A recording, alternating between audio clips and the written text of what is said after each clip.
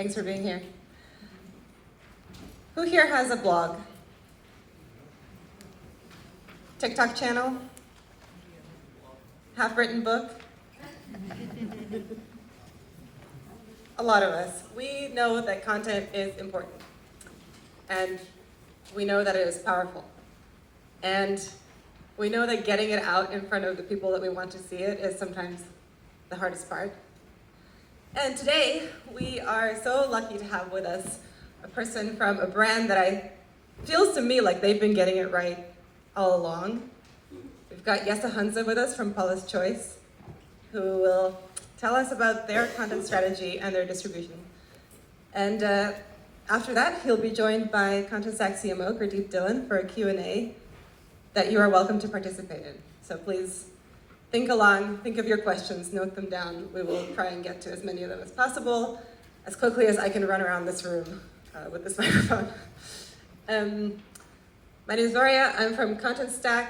Contentstack is a content and digital experience platform that is powered by AI and includes built-in content personalization. So this is a topic very near and dear to our hearts. And that's all the pitching I'm gonna do. So without further ado, Jesse, will you please come and tell us about your story at Paula's Choice? Yes, sure. Thanks a lot. Great to see the room so filled. Nice to have you all here. So, if we talk about how content builds brands, then I'm going to do something very vulnerable first. A spontaneous prompted awareness survey. Who of you know Paula's Choice? Thank you. Okay, that's good. Who of you have ever bought at Paula's Choice or used Paula's Choice? Very good. Are there complete fans of the brand? Yes! At least one. Great. That's always good to hear. I always start with that because it actually gives me a bit of a view on how we are doing with our brand awareness and how content is actually building the brand. Now, if we talk about the brand Paula's Choice, there is no way we can do so without this lovely woman. Paula Begoun is the founder of the brand, and I just want to explain a bit or talk you through why content is so important for Paula's Choice.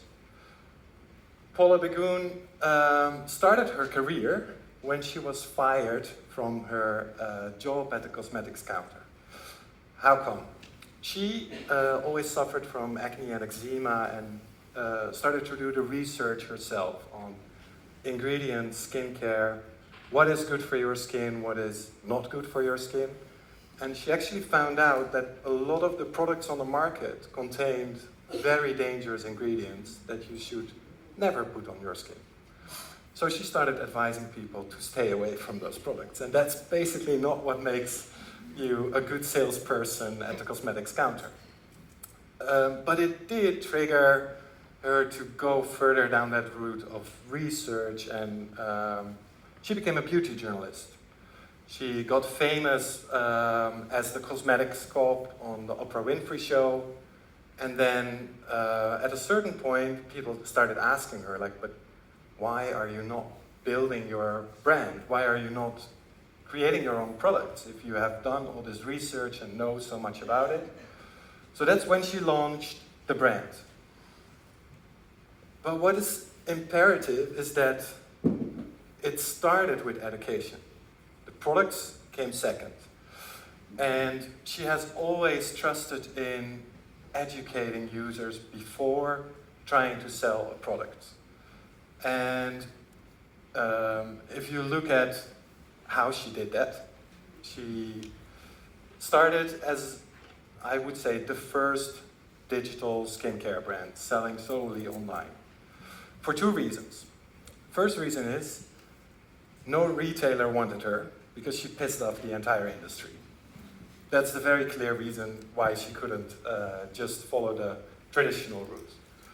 Secondly, because she thought education was so important to making the right choices for your skin, she wanted to control the entire narrative. And that you can do in an online experience where you can get all the information needed to make the right choices for your skin. And that's how the brand started and evolved. So we became a digital first skincare brand relying on content and education as the key brand differentiator. Then we started growing, became a global brand, added more countries, more markets, more channels, more content types. And at a certain point, here are some of the examples of the content that we have. At a certain point, our tech stack basically wasn't able to sustain the need from our content owners and content editors anymore. And we are not a tech company, we're a beauty brand. But tech is one of the key enablers to drive our mission and our growth strategy. So if the tech is no longer supporting the needs of the business, then you need to change it. And that's how we came to look for a solution to have our content unified, reusable, and workable for content editors, because you cannot nowadays expect translators and content editors to be able to read or write HTML and CSS, and that's where all our content was. So that's when we decided, okay, we need to change in order to keep that proposition of education first alive. Then where do you start when you tackle such a migration with content living everywhere and basically already outgrowing your platforms? The route we chose, and what I think worked for us, is to start where it hurts. So really tackle those modules, functions, and features where you feel your brand is hurt the most. And for us, obviously, that was content, because we were not able to produce at scale, to serve our customers with all the different content that we have. So that was really the first thing we needed to tackle. And then in that whole migration process, however bad the situation was, it's always good to understand that changing a horrible situation for a lot of people is still worse than staying on that horrible situation. Something new, something changing is always difficult. So in this whole migration and through the change management, we have really tried to involve the content editors and the content owners from the beginning. Have them write, how would you envision that experience? How would you want to work with content? And based off of their input, build the whole content management system. And with this, I would like to bring it back to why we do this, and also how you can basically unlock budgets, opportunities within your company if you stick very much to your brand's mission and vision. And for Paula's Choice, that is, in a world full of misinformation, we uncover the truth about skin and skincare. That in itself is quite a big statement, especially nowadays with content being produced online at a scale of incredible scale. There, you need to cut through the misinformation, and you need to build the authority to basically guide people to make the right skincare choices for their skin. And one little example is our Beautypedia ingredient checker. I don't know if any one of you ever uses it. Should do it. It is basically built on an ingredient dictionary where we hold 22,000 ingredients, which are reviewed, described, the benefits are named there, the functions, and we basically rate them. Are they good or bad ingredients? Now, we've built on top of that a feature that you can take a snapshot of any skincare product, not only Paula's Choice, but any skincare product out there, and it will basically give you a full analysis of the ingredients in that product, enabling you as a user to really make smart choices, to see, okay, this contains alcohol, maybe not the best for my skin, why not? and you can read through and through and through. So there should always be this extra layer of content for you to research for yourself. Why should I make certain choices? And you can imagine that's quite an investment in terms of maintenance, in terms of development to build such a tool with no commercial benefit whatsoever. It's purely based on our vision, because the vision is not to sell you as many skincare products. The vision is to uncover the truth about skincare. And if you really stick to your brand's mission and vision, then you can unlock funds which otherwise you would never spend, but you would put them in commercial or in more advertising. So that's about Paula's choice. Education first, product second. That's how content really is the main pillar and the reason to exist for Paula's choice as a brand.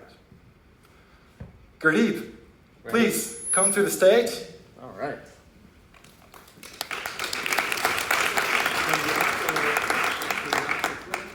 Yes, that is the whole point about this. It's a Q&A. Okay, so, Yeah. I mean, I have exactly the same story. Sorry, may I pass you?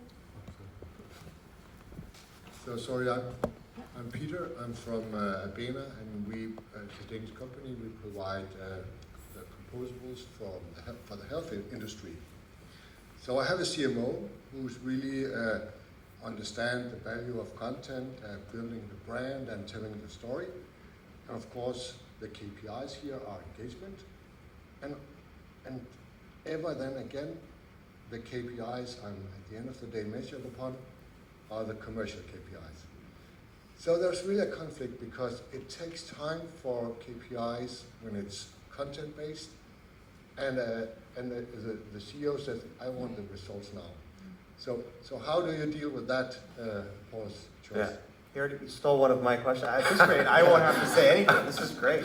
But yeah, it's funny because right before we chatted about this, and you asked me this question, and at first I was a bit puzzled, but thank you, you prepped me for this question, Yeah. so that's very helpful. Peter and I talked before.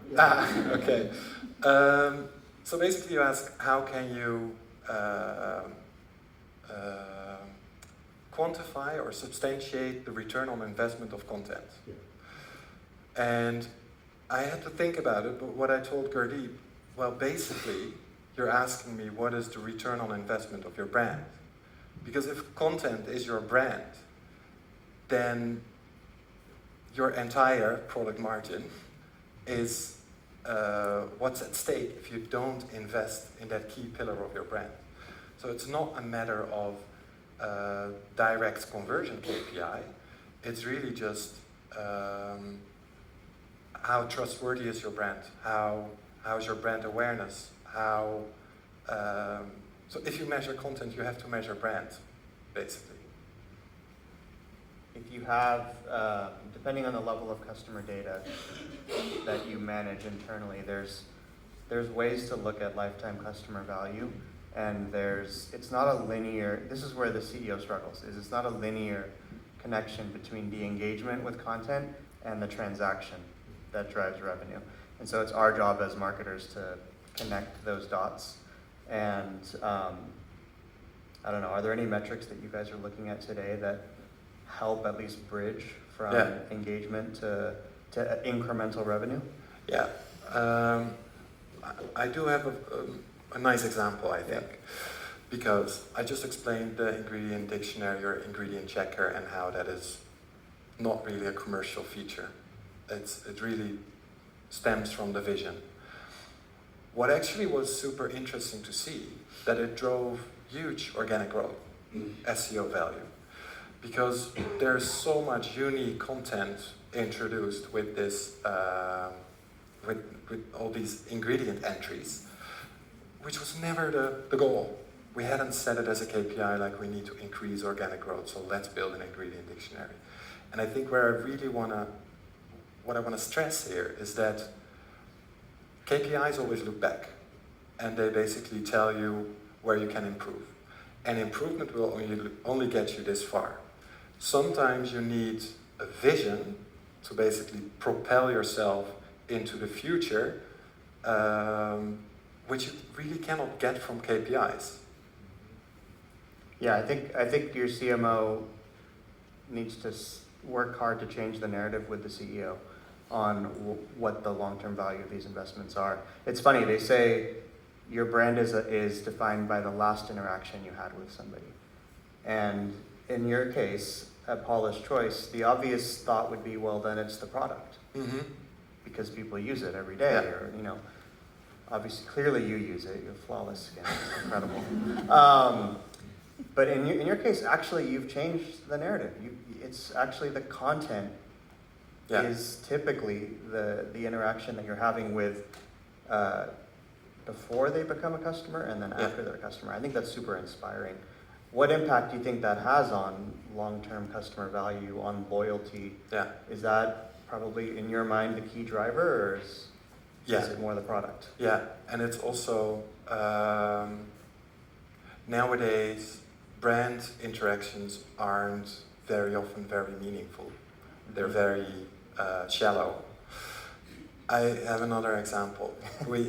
Every now and then we have pop-up stores at our retailers, and I always make a point to go there, be on the floor, and to represent our brand.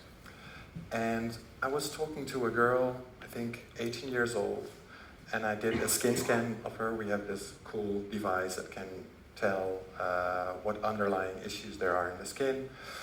And I did see quite some underlying sun damage, which wasn't visually there yet, but underlying sun damage, meaning if she wouldn't take action, in 10, 20 years, she would have quite severe brown spots, sun damage.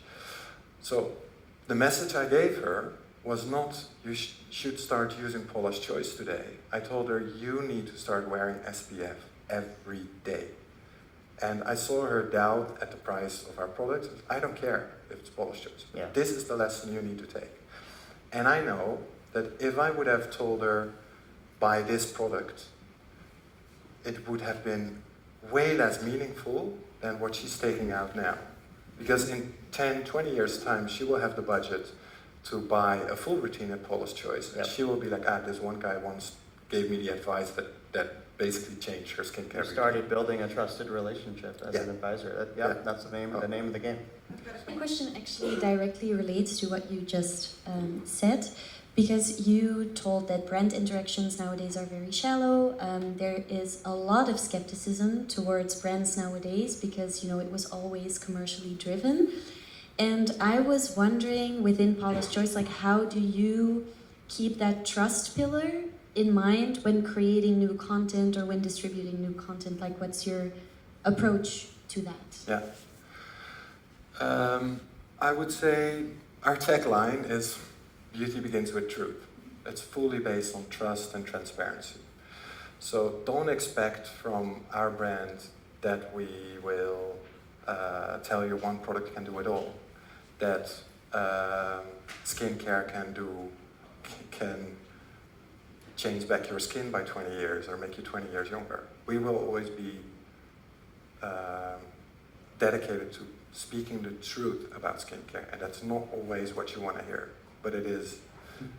I think that is really key. Again, going back to your vision, because if that still defines your brand, then it should basically be lived out everywhere, in every department of your, and it can inform even decisions such as we have a 60-day money-back guarantee policy. We're not arrogant, but we're very certain about the quality of our products. So if you buy a product, use it, and you can return it within 60 days and get it fully reimbursed. Doesn't matter if you've used it or what. We know that skincare, finding the right routine, the right products for your skin is a search. And we want to make sure that you make the right decisions. And therefore, such a policy also stems from the vision. So it's not only your content creation or feature development, but basically everything you do in your organization. Does that answer a bit? It does. in a way, because I feel like indeed like vision is really important, but I was also wondering, because you have multiple ways on how to approach content, right? Like from a video or from a written perspective. And I was just I would say like curious if there are like certain techniques or frameworks or like systems that you guys use when creating content. Internally, we use a model which we call the skimmer, swimmer, deep diver. Meaning, there is a piece of content for a skimmer, which is just so much as use SPF every day. There's a swimmer who would want to understand, do I need a mineral or a synthetic SPF? And then there's a deep diver who wants to understand all the ingredients. Are they PA+++ certified? So we want to cater to all those different personas or basically needs for content and make sure that there's always a way to go one level deeper until you reach the scientific reports of 500 pages where it's explained. I think that model really helps to keep engaging through every step in the life cycle also, because the level of content, level of education is never static. Having a documented content strategy that maps the personas that matter to you, your audience basically, to the stages of the journey, which is kind of like the skimmer, swimmer, and deep dive, but also the pain points, the things that they are caring about. If you have that foundation, you will up-level your content output and production just by having done that work. Then you'll get better at what channels, what content types, and you'll learn as you go. But having the foundation, any business that doesn't have that, the first recommendation is invest in the strategy, 100%. You said something though that I feel like there's two forces at odds right now.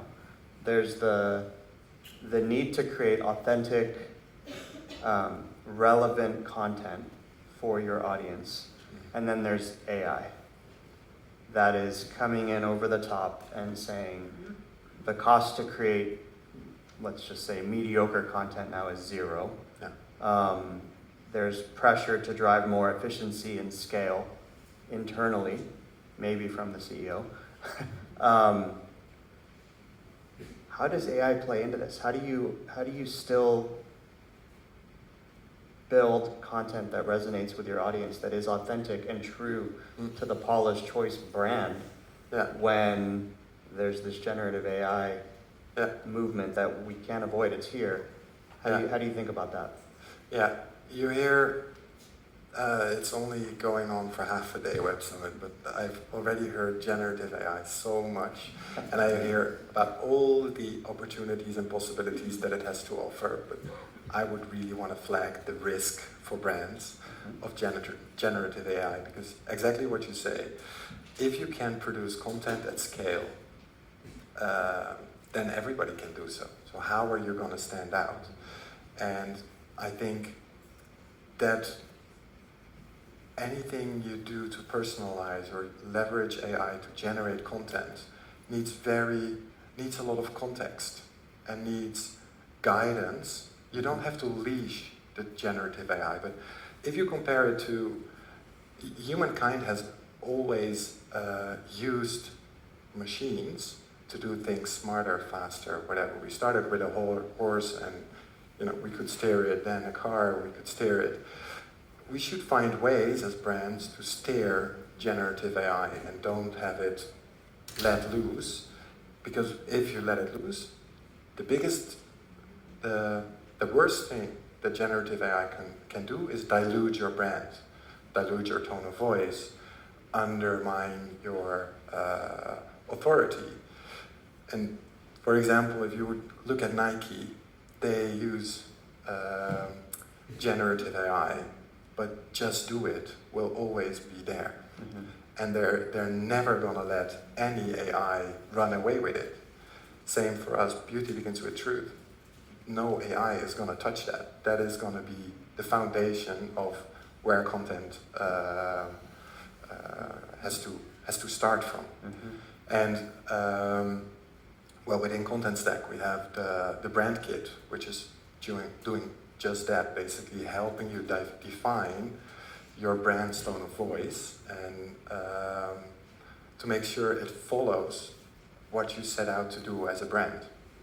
Yeah, yeah, the authenticity piece. Yeah, Yeah. yeah. Cool. I have another question, but any from the audience?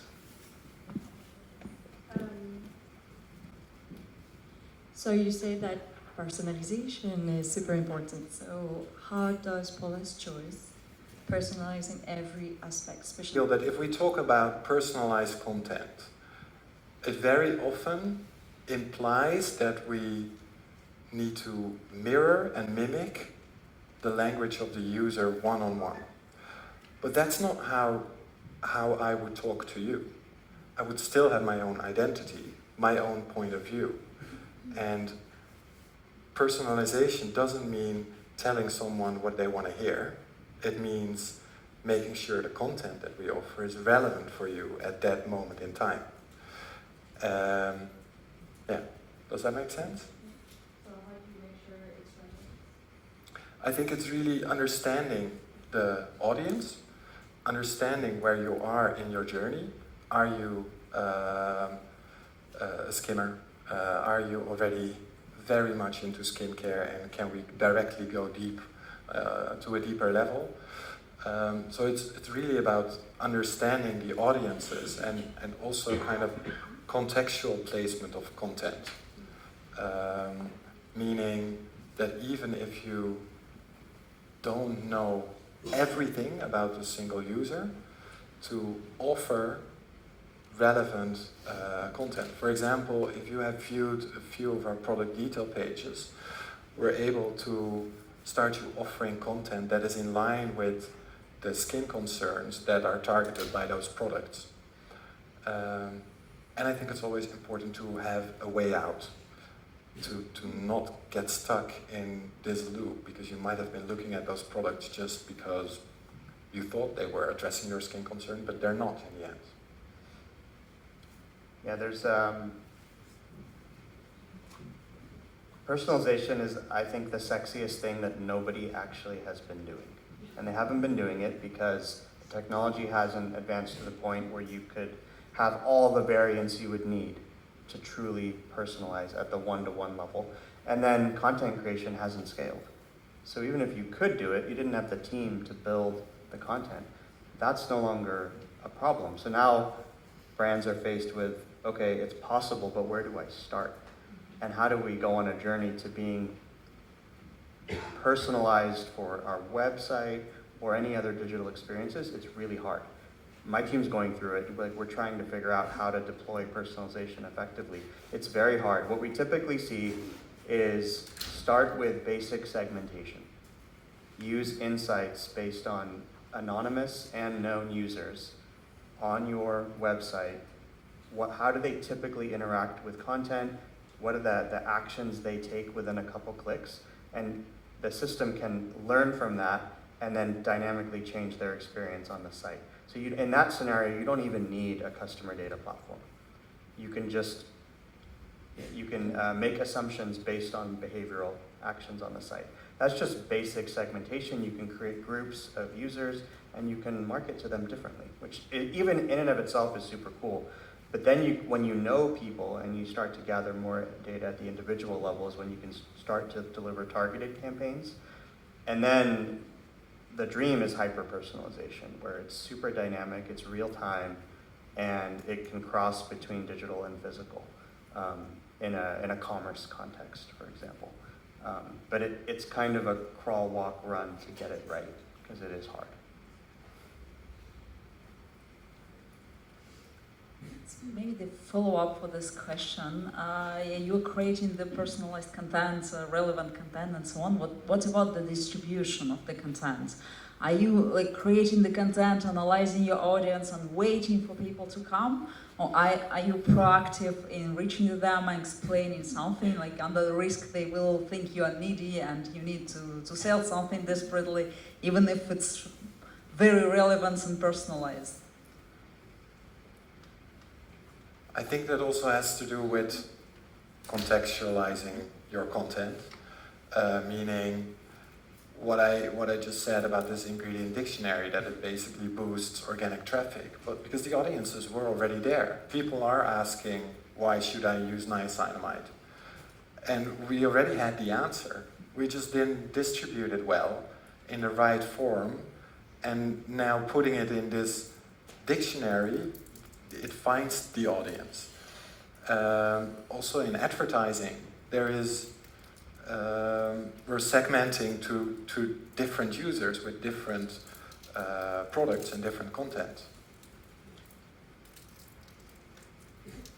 Yeah? So you do paid distribution. Yes. But also organic is a huge driver through search and through other. Yeah, and loyalty, of course, our email marketing, Emails, so yep. all the available digital channels we use, a lot of social, paid and organic. Yeah, you need to be there where your potential customer is. And if that's on TikTok, then be on TikTok.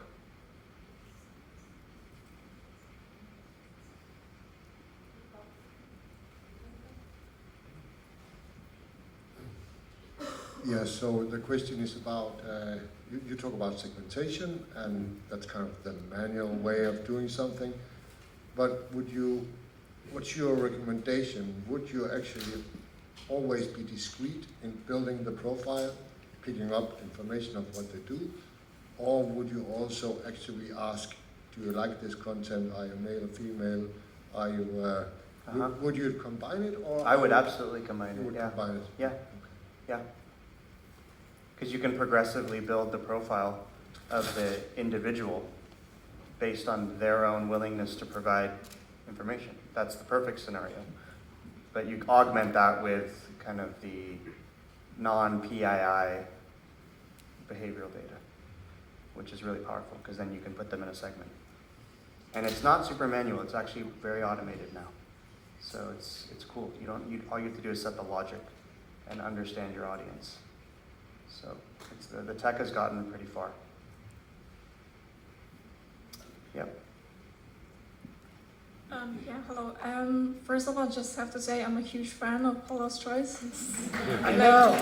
Very I'm good. a really kind of loyal customer because I used to have a quite severe acne, and yeah, the BHA kind of solutions just goes with me everywhere until this day. So really love this brand, I would say, and super deep into skincare because of it.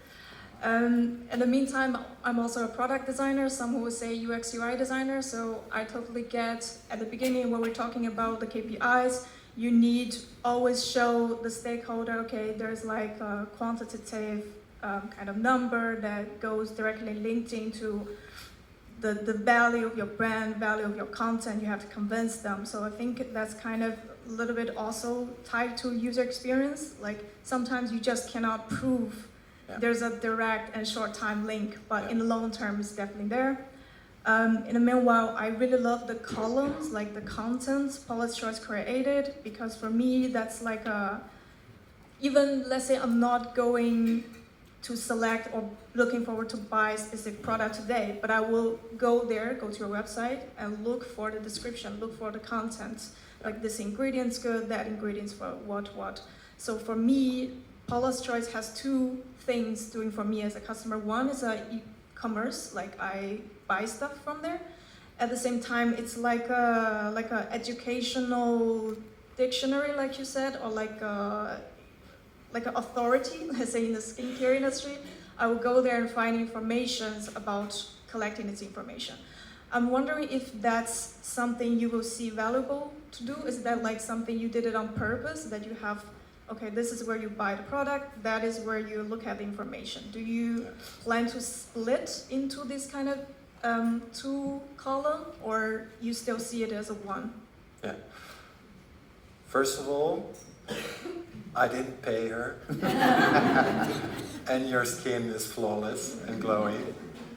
But you're nailing what Paula's Choice stands for, because it is education first, product second. what we are still figuring out and struggling with, how can we make that one immersive experience? Because in a way, the content should also be able to directly sell. And it is fine to make product recommendations within the content.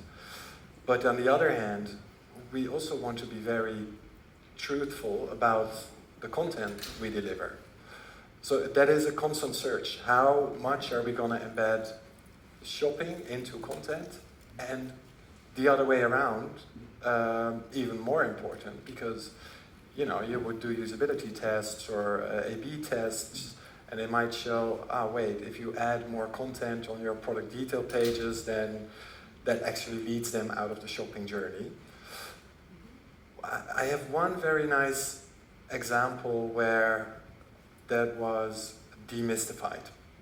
So at a certain point, our CRO specialist was like, okay, I want to create a feature on our product detail pages where users can directly fill in a quiz, and we call it, is this product right for me? A lot of true usability tests, we found that a lot of users struggle to find, or the main question they ask when they visit a product is this product right for me? Not what's in this product, how should I use this product? No, is this product right for me? So that felt like a huge opportunity to answer that question. And we built a tool where you can simply click your skin type, skin concern, and then it will give you the answer, yes, this is suitable for your skin type and concerns, or no, it's not. And we were very hesitant to run that test even. You know how important the product detail page is in the conversion.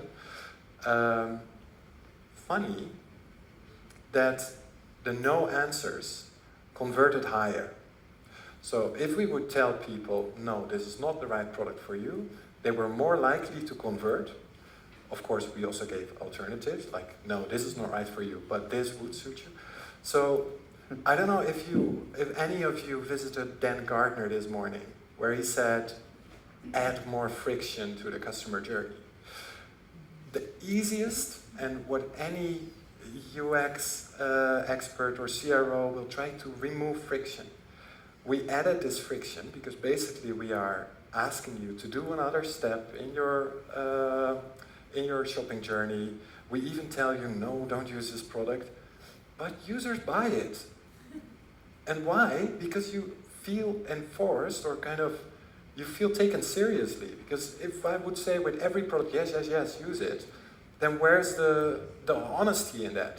The actual brand authority and credibility comes into play when you say, no, no, no, no.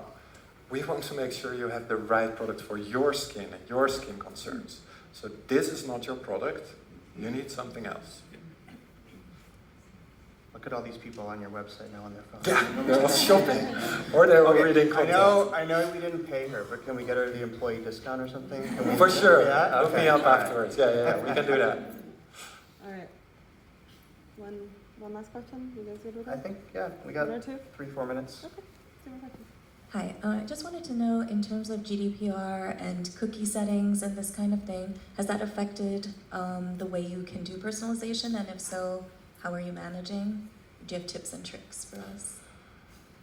I can answer for us for now, but I think you can also chip in on that. So yes, that has impacted life tremendously. And Gurdeep already touched on it. We, at a certain point, went to AI-driven product recommendation system that doesn't take any of your cookies into account. So it's really in session. We had quite a nice personalized product recommendation engine built until all the cookie restrictions came into play, and we were able to capture 2% of the audience, like coming back audience, and we could give them personalized experience as well. That's not something substantial enough to invest in. So therefore we went to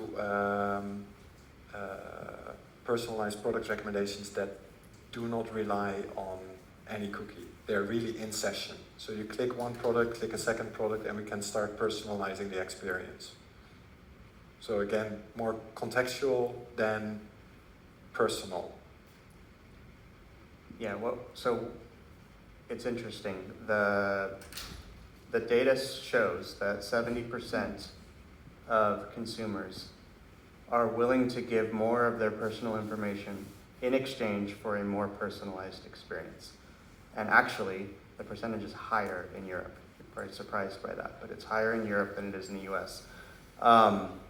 So what does that mean? That means if you can start to show value of a more personalized dynamic experience using some of the behavioral triggers, and then I think you mentioned building the profile over time, give people the opportunity to give you more information.